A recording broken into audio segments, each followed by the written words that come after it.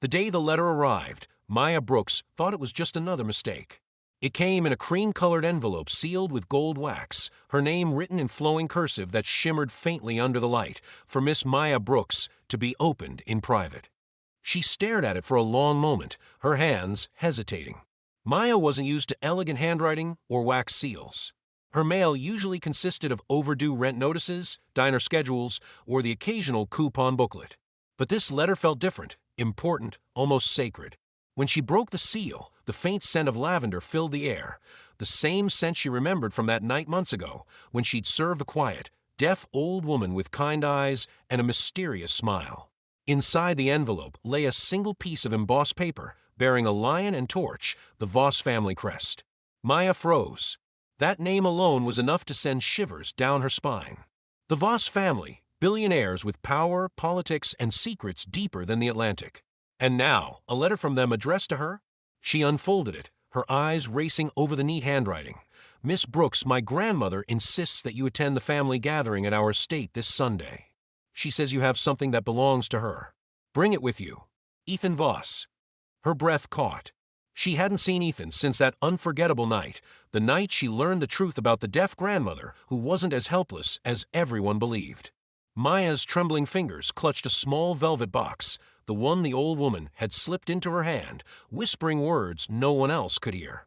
Now Maya was returning not as a waitress, but as the keeper of a secret that could heal or destroy the Voss legacy forever.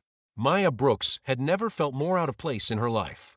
She stood at the bottom of the grand marble staircase inside the Voss estate, her modest heels clicking faintly against the glossy floor. Everything around her gleamed with wealth, gold accents, velvet drapes, and chandeliers that looked like frozen waterfalls catching sunlight. It wasn't just a house, it was a statement, a reminder that this was a world where money wasn't counted, it was inherited. Her simple gray dress, the same one she'd worn to her last job interview, suddenly felt too plain, too fragile. She adjusted the strap of her worn leather bag, the one that had survived bus rides, long diner shifts, and rainy walks home, and whispered under her breath, "You don't belong here, Maya." Before she could turn to leave, a voice interrupted. "Miss Brooks, the family will see you now." The butler's tone was polite but distant, as if saying, "People like you don't usually make it past the gate." Maya nodded, her throat tight. "Right. Thank you." As she followed him down a long hallway lined with portraits, her nerves tangled with memories. Each step echoed like a heartbeat. It had been 2 months since that unforgettable night at the diner, the night she met Evelyn Voss, the deaf grandmother of billionaire Ethan Voss. Evelyn had ordered a simple soup and coffee, but her presence had felt like a storm disguised as calm. Despite her silence, her eyes had spoken volumes, kind knowing haunted. That night, Evelyn had told Maya, through careful signs, that she'd once lived in a small town in Alabama, Maya's small town, and that she'd known Maya's late mother, Clara Brooks. At first, Maya thought it was coincidence, an old woman's fragmented memory. But then Evelyn had pressed a velvet box into her palm, her frail fingers trembling as she whispered words no one else heard. "You'll know when to open it." Now, standing in the mansion of the same family, summoned by Evelyn's grandson, Maya realized the time had come. The butler opened a set of double oak doors, revealing a vast living room filled with silent tension. 3 people were inside, and every eye turned toward her. At the center sat Evelyn Voss, regal even in her wheelchair, her silver hair pinned neatly, her pale blue eyes shimmering with warmth. The soft blink of her hearing aids showed she could no longer hear the world clearly, but somehow she understood it better than anyone. "Maya," she signed slowly, her hands moving with grace. Maya smiled, responding with the same delicate motion. "It's good to see you, Mrs. Voss." Standing beside Evelyn was Ethan Voss, tall, composed, yet visibly uneasy. His tailored navy suit and pristine watch screamed power, but the tired lines around his eyes revealed the cost of it. He stepped forward. "Thank you for coming." Maya clutched her bag tighter. "Hard to ignore a golden seal with my name on it." Ethan's lips twitched into the faintest smile, while Evelyn's shoulders shook silently, her version of laughter. Maya's heart eased just a little. She said, Maya translated softly, "that she told you I'd come, that I'm not one to leave questions unanswered." Ethan nodded. "She knows people better than any background check could." For a moment, none of them spoke. Then Ethan gestured to the sofa. "Please, sit." My grandmother said you have something that belongs to her. Maya hesitated. Her fingers brushed against the velvet box inside her bag, the same one she'd carried like a secret heartbeat for weeks. Yes, she said, her voice barely above a whisper. I do. Evelyn's eyes softened. Her hands began to move again, gentle and precise. She says, it's all right, child. You can tell him now. Ethan frowned. Tell me what? Maya's pulse quickened. She swallowed, meeting his gaze, the same sharp green eyes that mirrored something achingly familiar. That night at the diner, she began, your grandmother told me she had a secret. One she couldn't tell you herself because she didn't want to break your heart. Ethan's expression hardened slightly. A secret. Maya reached into her bag and slowly drew out the velvet box. The faint click of it opening echoed through the quiet room. Inside lay a single faded photograph, a young woman holding a newborn baby, standing beside a man whose face was unmistakably Ethan's father. Ethan's jaw tightened. That's my dad, Maya nodded, her voice trembling. And the woman holding the baby, that's my mother. Silence.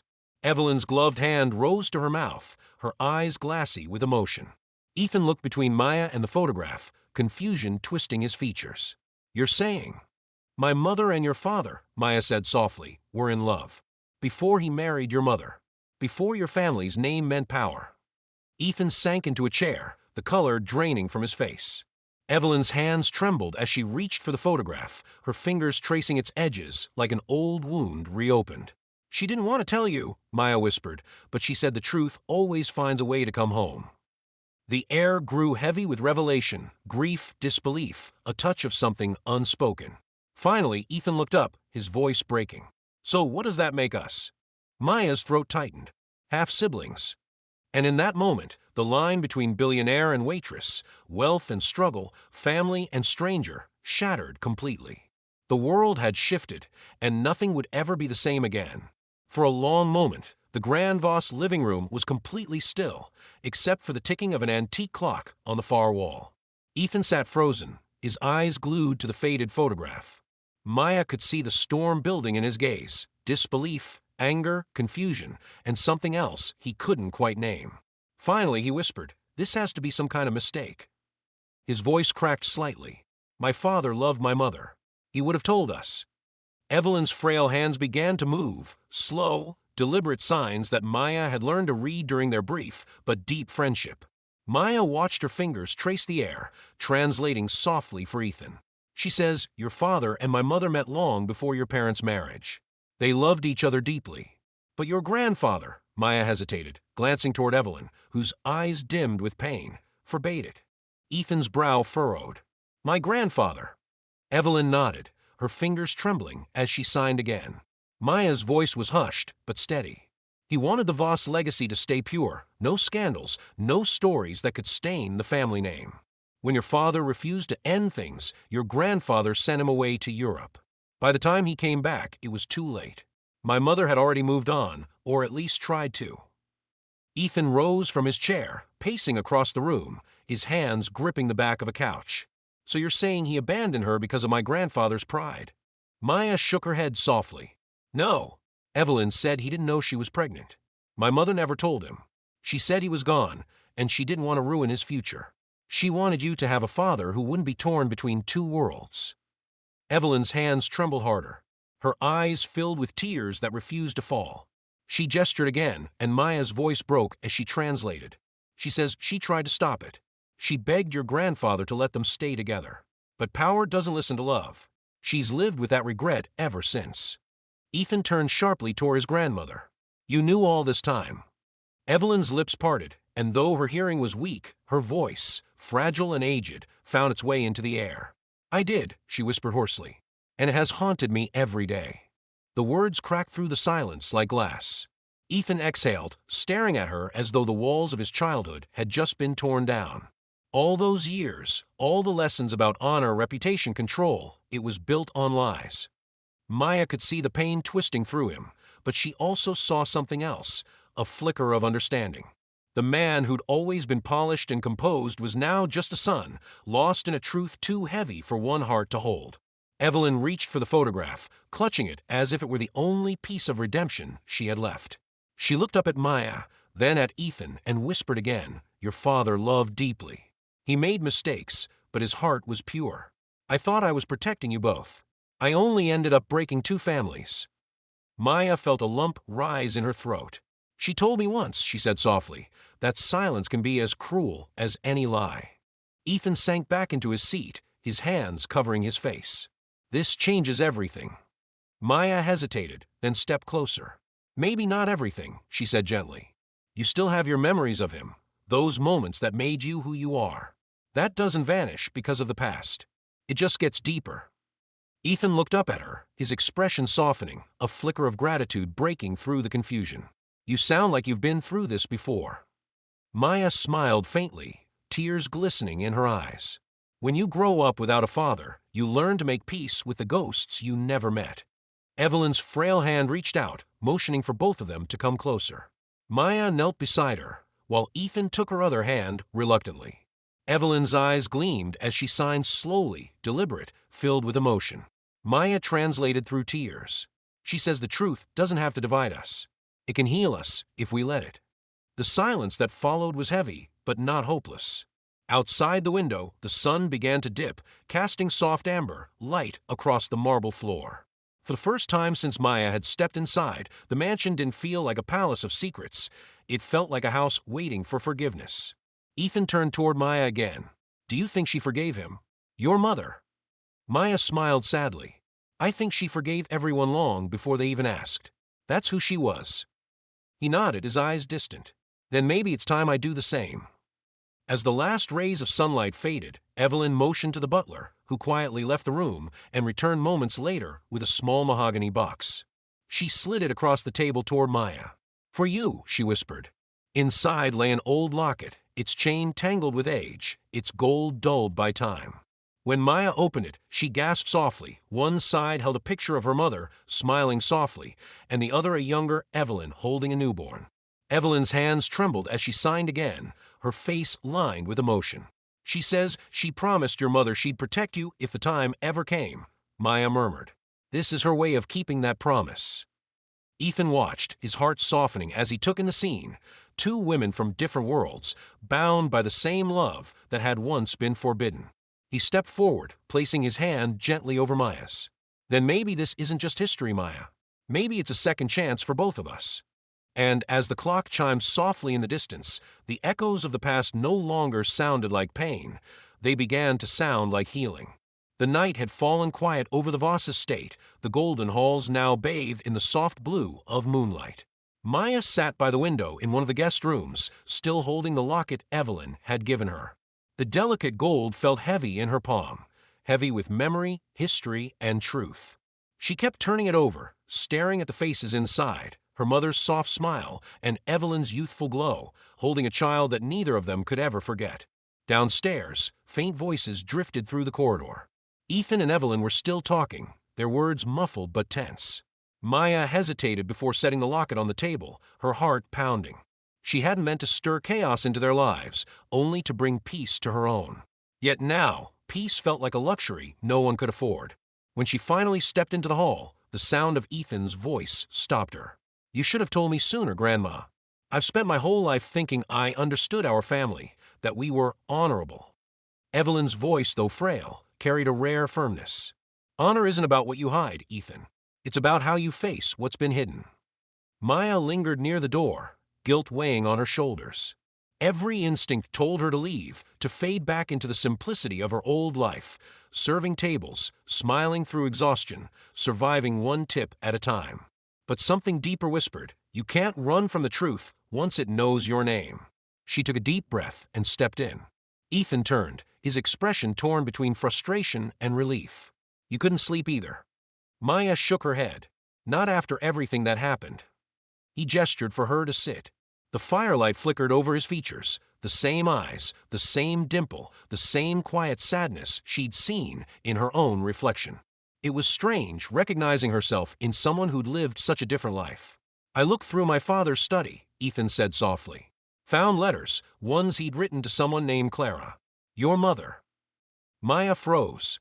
"He kept them." Ethan nodded, sliding a small bundle of aged letters across the table. The paper was brittle, the ink faded, but the emotions in those lines were still alive. Words of longing, promises of a future that had been stolen by pride and power. Maya traced one line with her finger. I'll find a way back to you, no matter what they say. Her throat tightened. He really loved her. He did, Ethan murmured. And she loved him back. You know, my father wasn't perfect, but reading these makes me think he tried to be good, in his own broken way. Maya smiled faintly, though her eyes shimmered. Maybe goodness isn't about being perfect. Maybe it's about not giving up on love, even when the world tells you to. Evelyn, who had been quietly listening, finally spoke. Love is rebellion when money rules, she said softly. I watched my husband destroy people's hearts in the name of legacy. I thought I was protecting our family, but all I did was bury it under lies. Maya turned to her gently. You still have time to make it right. Evelyn smiled weakly. That's what I plan to do. She reached for Maya's hand, her fingers trembling. There's something else you should know, dear. When your mother passed, she left something with me, something meant for you. Maya's heartbeat quickened. For me. Evelyn nodded toward a chest by the fireplace. Ethan retrieved it carefully and set it before Maya. The old wooden box creaked open, revealing a stack of neatly folded papers and a silver chain, the same design as the lockets. Only this one bore the engraved initials C.B. Maya unfolded one of the papers and gasped. It's her handwriting. Her eyes darted across the page, tears forming instantly. My sweet Maya, if you're reading this, it means Evelyn kept her promise. Don't let bitterness take root in your heart. Forgive, even when it feels impossible. I want you to live free, not of your past, but because of it. Maya's tears slipped silently down her cheeks. She knew, she whispered. She knew this would come one day. Ethan reached across the table, his hand gently covering hers. You're not alone anymore, Maya. Not in this. She looked up at him, really looked, and saw something genuine in his eyes. The wall between Millionaire and Waitress had crumbled completely. What stood before her now wasn't a man of privilege, but a brother rediscovering the meaning of family. Evelyn wiped her tears with a delicate lace handkerchief. You both carry the best of them, she said softly. Your mother's kindness, your father's fire. Maybe it took all these years for the two of you to meet because the world needed healing now more than ever. Maya smiled through her tears. Then maybe this is the start of something new. Ethan nodded. It is. But I don't want this to be a secret anymore. The world should know the truth, who my father really was and what he sacrificed. Evelyn looked at him, alarm flashing briefly in her eyes. You'd risk the family's name. He took a deep breath. No, Grandma. I'd restore it. Maya watched him, admiration slowly replacing sorrow. You're braver than you think. He smiled faintly. Maybe I learned that from you. The fire crackled softly between them, its glow reflecting the fragile warmth growing in their hearts. For the first time in years, Evelyn leaned back and closed her eyes, peace settling across her face. Maya tucked her mother's letter safely back into the chest, whispering a quiet promise to honor it. And as Ethan stood beside her, the two of them gazed into the flames, no longer strangers divided by class or silence, but siblings connected by truth, forgiveness, and love that refused to die. The threads of blood had finally begun to weave something new, not a story of shame, but one of redemption. The next morning dawned with a quiet kind of beauty, golden sunlight spilling through the massive bay windows of the Voss estate. But beneath the calm glow, tensions simmered. The truth about Maya's parentage, once buried beneath generations of silence, now pulsed like a heartbeat through the house. Maya stood on the back terrace, the wind brushing against her braids as she looked over the sprawling gardens. The air smelled of roses, but all she could feel was uncertainty. She had spent her life working double shifts, struggling to keep her dignity intact, and now she was being told she belonged to a billionaire's family. She didn't know what to do with that truth. Ethan joined her, a steaming mug in each hand. Black coffee, no sugar, right? She smiled faintly, accepting the cup. You remember. Hard to forget the woman who told my grandmother's guards to stop serving her bottled water and bring her warm tea instead, he teased, his tone soft but meaningful. Maya chuckled lightly. Old habits die hard. You see someone's grandmother sitting alone, you make sure she's comfortable, no matter who she is. Ethan's smile faded as he looked out over the estate. I've been thinking about what you said last night, about truth healing people. My PR team's been calling nonstop. They're expecting me to give a statement soon about my father's foundation and the company's leadership transition. I want to tell them everything. Maya's fingers tightened around her cup. Everything? Including me. He turned to her, his green eyes earnest. You deserve to be known, Maya. Our father deserves to be remembered for the man he was, not the one the family pretended he was. Maya hesitated. Ethan, this could destroy your company's image. People can be cruel. They'll twist the story, call me a gold digger, a liar, worse. He exhaled, jaw tightening. Then let them. I'm done living in a house built on secrets. Before Maya could respond, a soft voice came from behind them. And yet, said Evelyn, wrapped in a shawl, some truths need gentleness, not fire. They turned. The elderly matriarch moved slowly toward them, her posture frail, but her eyes sharp as ever. Grandma, Ethan began. She raised a hand. You're your father's son, Ethan. Always charging forward, heart before logic. But what Maya says is true. The world loves scandal more than it loves healing. Ethan frowned. So what do you suggest we do? Hide it again. Evelyn shook her head. No, but we must choose how to tell it. She looked at Maya. My dear, do you trust me? Maya hesitated, then nodded. Yes, I do. Evelyn smiled faintly. Then I'll show you something. They followed her back inside to her study, a grand wood-paneled room lined with books and portraits. She opened a small drawer in her desk and pulled out a thin folder, its edges yellowed by time. This, she said, handing it to Ethan, is your grandfather's will. Ethan blinked, confused. Why are you showing me this? Because your grandfather's empire was built on exclusion, Evelyn said quietly. But this can be rewritten. I want you to add Maya's name to it. Maya's eyes widened. Mrs. Voss, I can't, Evelyn interrupted gently. You can, and you must. You are as much part of this family as any of us. Not because of the money, but because of the truth. Ethan looked at his grandmother in shock. You'd really want that? You've spent your life protecting this family's reputation. Evelyn's gaze softened. Reputation means nothing if it's soaked in regret. I'm tired of ghosts, Ethan. Let's build something living. Maya felt tears gather in her eyes.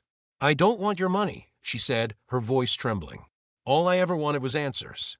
A chance to understand who I am. Evelyn reached out and held her hand. Then let this be your answer. You are your mother's daughter, kind, brave, and unwilling to bow to power. You've already given this family something more precious than money, redemption. Ethan stood silently, his emotions warring within him. You know this will change everything, Grandma. The board, the press, they'll all come for us. Evelyn smiled, her wrinkles deepening with warmth. Then let them come. I've lived long enough to see my mistakes corrected. For the first time in decades, the Voss family had nothing to hide, only something to heal. Later that evening, Maya found herself sitting in the library with Ethan, going through old photo albums Evelyn had pulled from storage. They laughed over faded family portraits, gasped at fashion disasters, and paused when they came across a picture of a young Clara Brooks standing beside Evelyn, smiling like sisters. She was beautiful, Ethan said softly. She still is, Maya replied, pressing her hand to her chest. In every good thing that happens, I feel her. Ethan looked at her with quiet reverence. You know, I think she'd be proud of you. You stood up for truth, even when it hurt. Maya met his gaze and smiled. She'd be proud of you, too. You chose family over power. Outside, the night wind carried the faint scent of jasmine from the garden. Somewhere deep in the estate, the grandfather clock chimed 9 times, slow, echoing, peaceful. Evelyn entered the room once more, this time carrying a small silver tray with 3 cups of tea. For strength, she said with a knowing smile. Maya took her cup, feeling the warmth seep into her palms. Ethan raised his cup slightly. To the truth. Evelyn followed, her soft voice trembling. To forgiveness.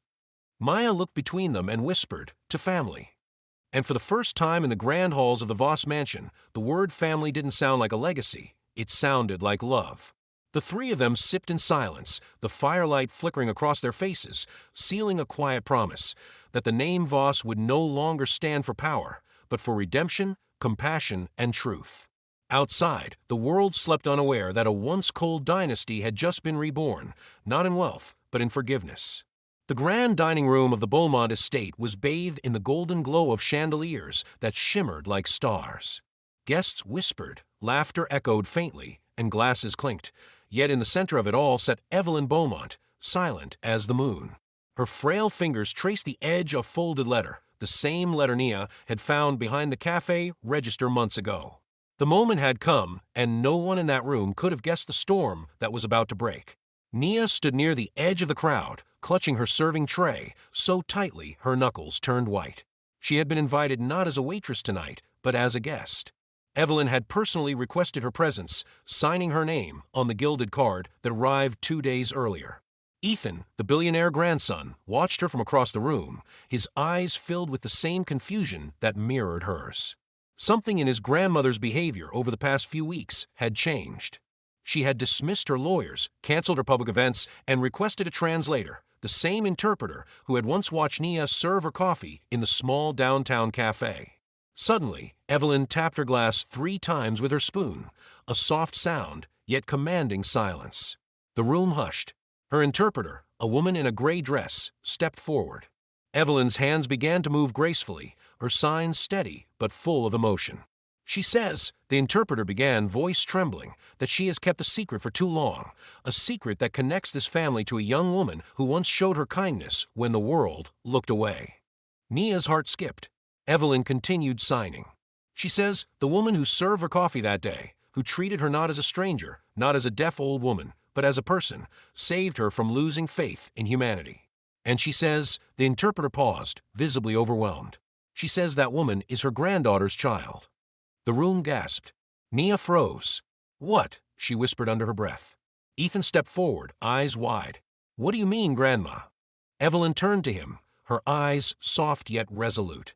Her hands moved again, slower this time, trembling. "She says," the interpreter continued, "that decades ago, before she married into wealth, she had a daughter, a black woman named Lorraine.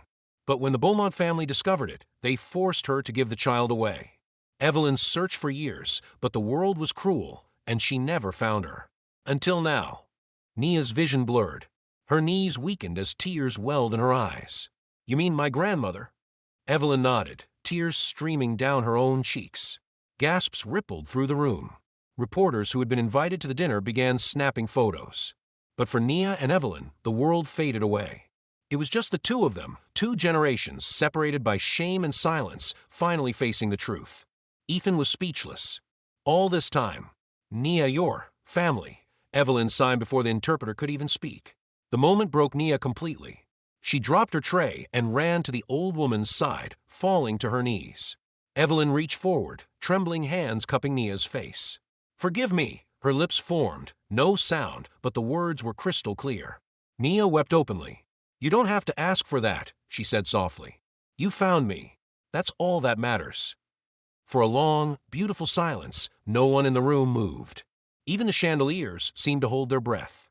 Then Evelyn gestured toward the folded letter on the table. The interpreter picked it up and began reading aloud.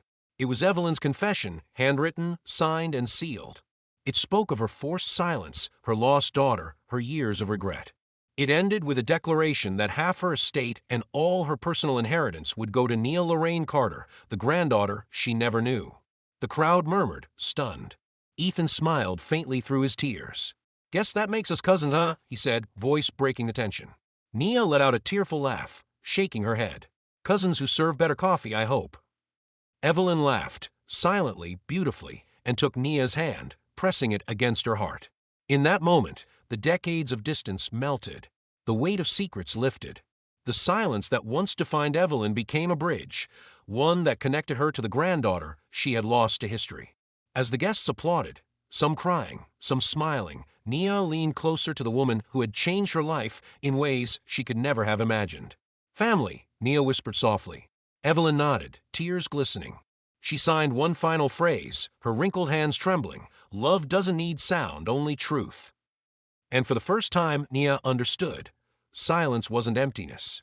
It was where love had been waiting all along. The next morning, sunlight spilled through the tall windows of the Beaumont estate, painting the marble floor in soft gold. The storm that had raged through their lives, the secrets, the revelations, the tears, had finally settled. Nia woke up early, her mind still replaying the previous night. Every word, every gesture from Evelyn lingered in her heart like a melody she could finally hear. Downstairs, the atmosphere had changed. Where once the household was formal and cold, now it buzzed with laughter and warmth. The staff greeted Nia with respect, not as a waitress, but as a member of the family. Even the butler, who had once looked down on her, smiled as she passed.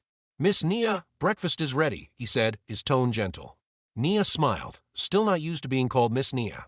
"Thank you, James." She stepped into the dining hall and found Evelyn sitting in her wheelchair, wrapped in a soft cream shawl.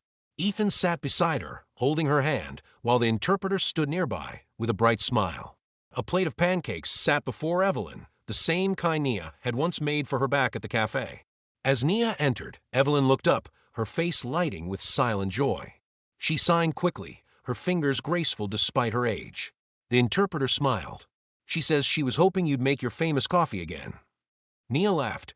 "Well, Grandma," she said playfully, "only if you promise not to critique my syrup ratio this time." Ethan chuckled. "She probably will. Trust me, she critiques everything." Evelyn smirked, an elegant, teasing expression that made Nia's heart swell. It was the first time she'd ever seen her grandmother truly happy. As Nia poured the coffee, she noticed a small velvet box on the table beside Evelyn. "What's that?" she asked. Evelyn motioned for the interpreter to open it. Inside was a delicate gold necklace, simple yet radiant, with a pendant shaped like an ear, engraved with a small heart inside. The interpreter spoke softly. "She says it's a gift. Her mother gave it to her before she lost her hearing. It's been in the family for generations." Nia's eyes filled with tears. "You're giving it to me?" Evelyn nodded, her hands trembling slightly as she lifted the necklace and fastened it around Nia's neck. Then she signed slowly, each movement full of emotion. "She says this necklace is a reminder," the interpreter said softly, "that love doesn't always come through sound, sometimes it's felt here." She tapped her chest. Nia wiped her tears and took her grandmother's hands in hers. "Thank you," she whispered, "for finding me, for believing I was worth finding." Ethan's eyes glistened. "You know, Grandma never believed in coincidences," he said quietly. "She always said the universe brings people together when the time is right." Nia looked at him and smiled. "Then I guess the universe runs on coffee and kindness." They all laughed, even Evelyn, whose silent laughter filled the room with warmth. Later that afternoon, the three of them went to the old cafe, the same place where Nia had first served Evelyn months ago. The place still smelled like roasted beans and cinnamon, but now it felt like something sacred. The cafe owner, Mr. Riley, nearly dropped his cup when he saw Evelyn Beaumont roll through the door. "Well, if it isn't my best waitress bringing in royalty," he said, astonished. Evelyn signed something, and the interpreter translated. "She says you should give your employees a raise." Mr. Riley blinked. "Noted," he said with a nervous laugh. They sat at Nia's old table, the one near the window where Evelyn had first left that mysterious note. As people recognized the billionaire, phones began to rise, flashes went off, but Ethan stood and asked everyone politely to give them privacy. When things calmed, Evelyn reached into her purse and handed Nia another letter, this one addressed to her mother. "She says," the interpreter began, "this is her apology. She wants your mother to know that she never stopped loving her and that she'll spend the rest of her life making it right." Nia held the letter close to her heart. "She'll forgive you," she whispered, "because I already have." Evelyn's eyes shone with tears. Her lips formed silent words that Nia had already learned to read. "I love you." Nia smiled. "I love you too, Grandma." For a long moment, neither spoke. The silence between them wasn't empty. It was alive with everything they never had to say. When they left the cafe, the sunset painted the sky in shades of amber and rose. Nia walked beside Evelyn's wheelchair, holding her hand as the breeze carried the faint scent of coffee and spring. Ethan walked ahead, turning back with a grin. "So, Miss Carter," he teased, "does this mean you're officially part of the family business?" Nia smiled. "Only if Grandma promises not to fire me for serving decaf." Evelyn's laughter was silent but radiant. She signed something that made the interpreter giggle. "She says," the interpreter translated, "you'll never be fired, but she might promote you to heir of her heart." Nia burst out laughing through her tears, hugging Evelyn tightly. "That's the best title I've ever had." As the sun dipped below the horizon, the world seemed softer, brighter, as if the silence itself was singing. And there, on that quiet street where love had found its voice, a waitress, a billionaire, and a grandmother walked together, bound not by blood, but by the kind of love that transcends sound, wealth, and time. Because in the end, the sound of love isn't heard. It's felt. Red Heart,